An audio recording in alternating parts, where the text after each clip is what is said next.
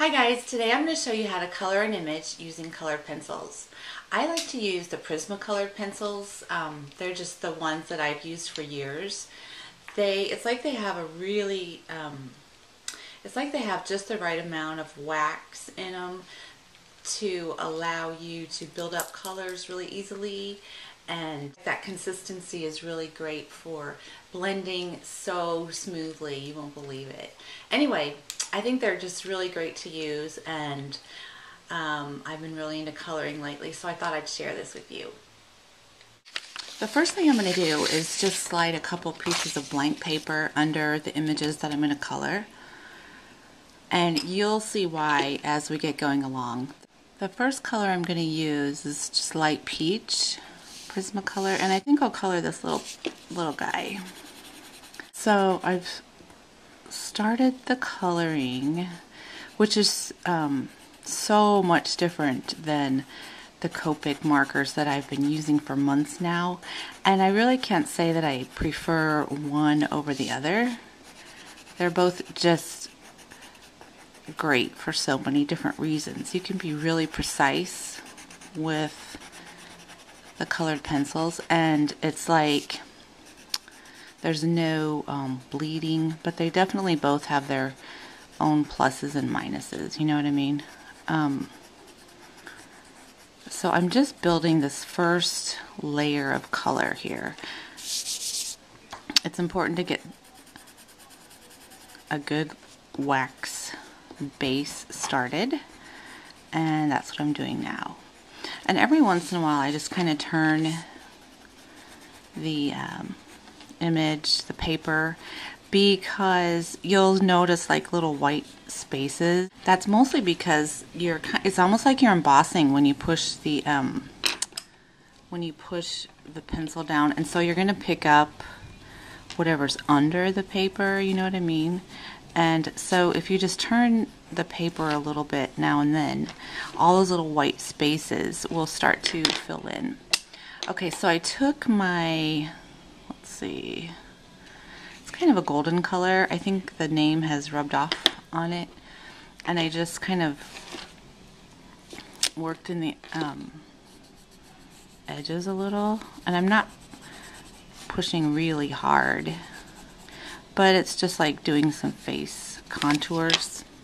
And then I'm going to go back to that first color and just color right over it, and you'll see it just kind of starts to blend together. Definitely have to push harder than I'm used to. I'm going to add some pink, I guess, to give him some cheeks, rosy cheeks. And then I'm taking that original color, the light peach, and just moving right over it to blend it a little. He's gonna have brown hair, so give him some brown eyebrows. And then I'm going to take like a light color brown. This is burnt ochre, and just start layering that. You want to remember when you're doing hair or things that have direction to color and move the pencil in that direction. There's one layer. Now I'm going to do a little bit darker light umber.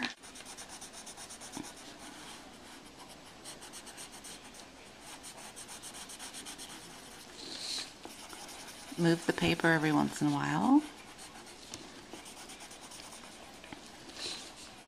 And my third color, which is basically shading, is going to be dark brown.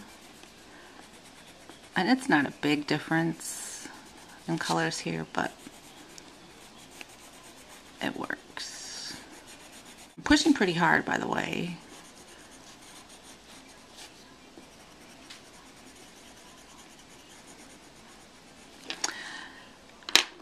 So that's my third layer on the hair, and I'm going to go back to that first color,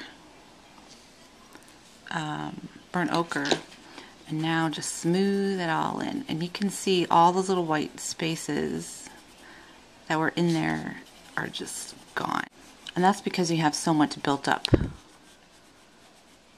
And all that color and wax just starts to, it's almost like it melts or something, and it just starts to move around heavily.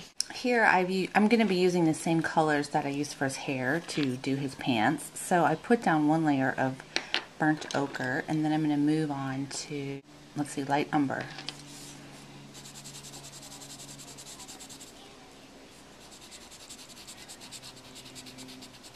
And I'm pushing, you know, a little bit hard.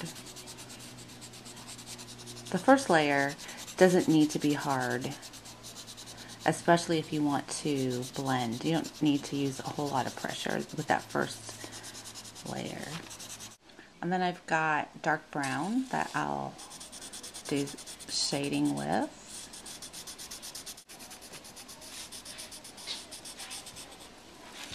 As you get those layers built up, you'll start to discover that everything's getting filled in so much easier now than when you did that first color. And all the little white spaces are filling in nicely because you've really created a good waxy buildup. Here's my little guy all finished up, except for a few details that I probably will add to his eyes. Let's see here. I've got like just a multi-liner pigment pen, and it's just really fine.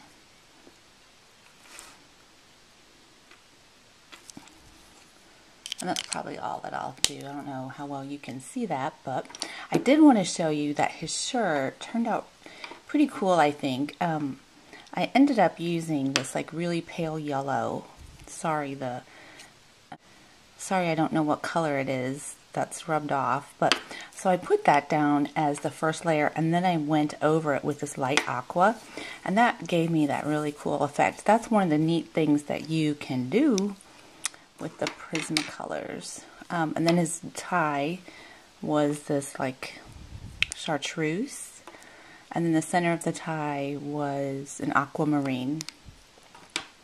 And you can see that I started the girl. I haven't finished her yet, but I did want to say that like some of the open areas are really fun to kind of like just do your own thing. So I penciled in like some flowers, and I'll probably color that in later. I'm not quite sure yet what I want to do with that. Here is another version of a cute little couple. And these are fun to do, like if you just wanted one image, you could totally do that. You know, it doesn't have to be a couple. And then also here is the same couple done in Copic markers, just to like give you something to compare and put some ideas in your head, right? What I'm going to do now is just make a card out of all of these little parts. This is a 5x5 square, kind of a khaki colored card. And so I'm just going to glue all these things down, and then I'll show you when I'm done.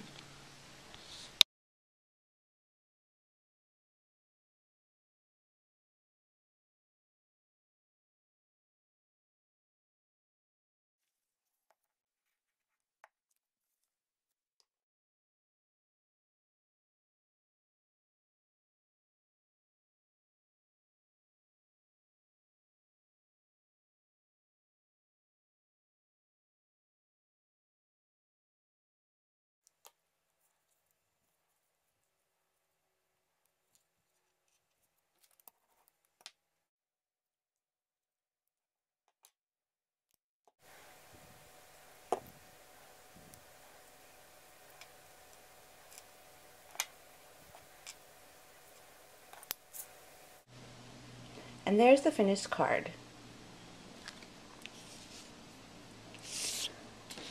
These little characters, by the way, are from the Paper Bella Studio series, and this is a new one, and it's called Too Much Happy. You can find these and more at www.paperbellastudio.com. Thanks for watching.